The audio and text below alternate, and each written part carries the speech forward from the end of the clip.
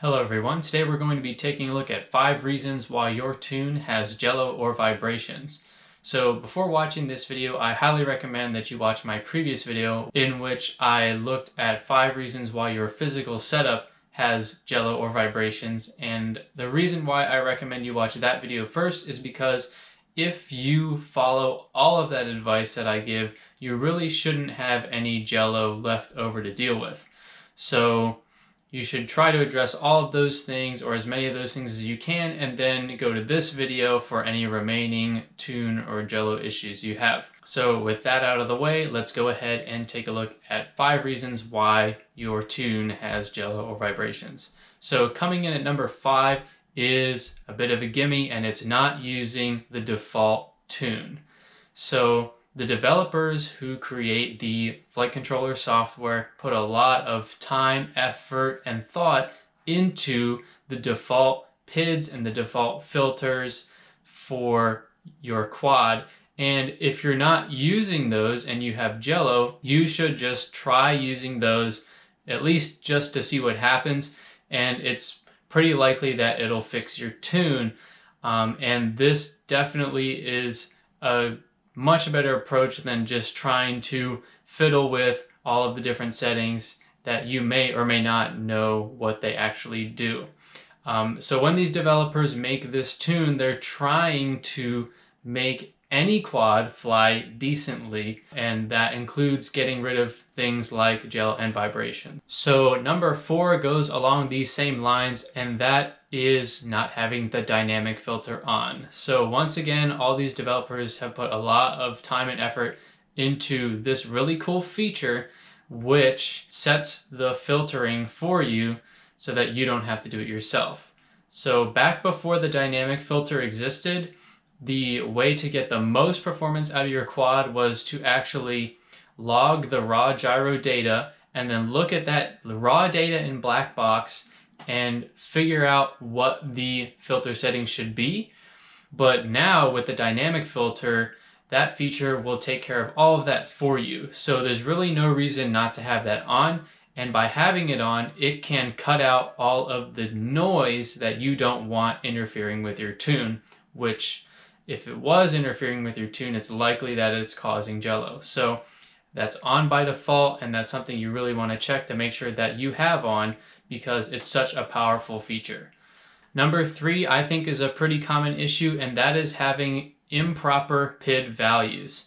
So yes, I was just saying how the default values are meant to make pretty much any quad fly decently, but especially if you have a bit of an oddball quad, so say you have a really big quad with like 20-inch props or anything like that, the PID values likely aren't going to be optimal for you.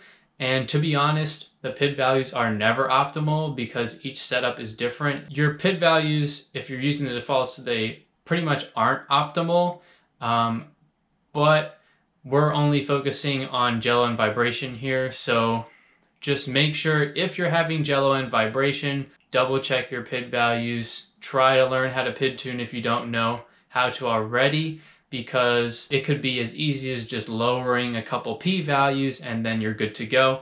So that's why I think everyone should learn how to tune, because first of all, it can be one of the reasons why you have jello, and there's also extra performance you can eke out of the setup you have just by being able to PID tune.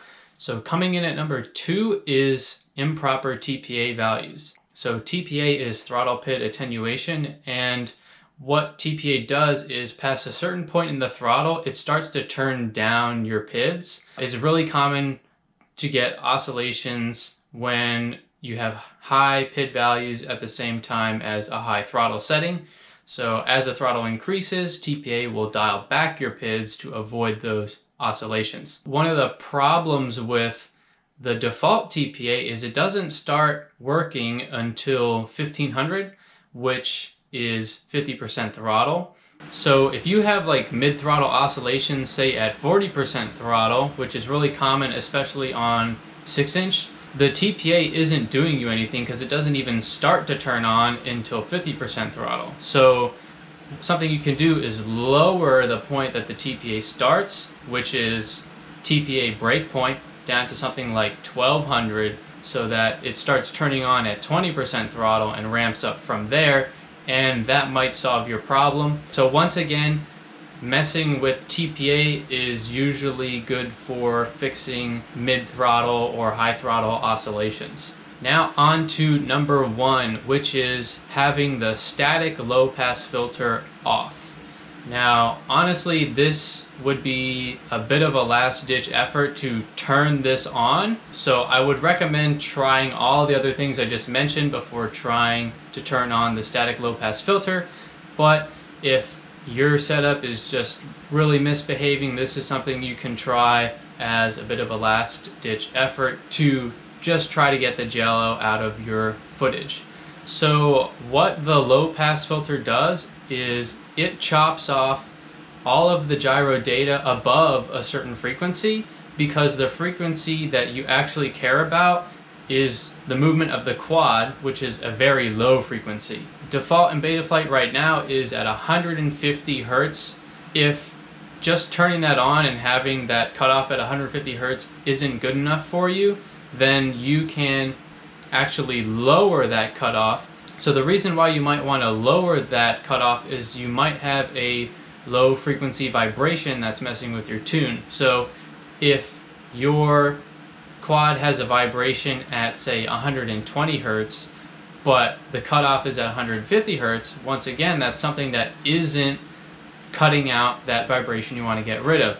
So you could lower the cutoff down to 100 Hertz, which is below your vibration, and then that could get rid of your Jello, because you'll be getting rid of the vibration that you don't want in your gyro data. That's kind of a last ditch thing you can try.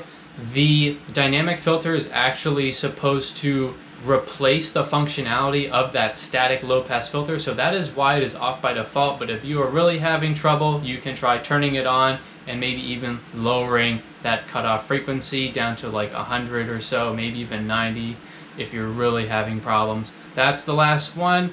I hope you guys learned something from this video. Please like this video if you liked it, and get subscribed to see more content like this in the future. Thanks for watching.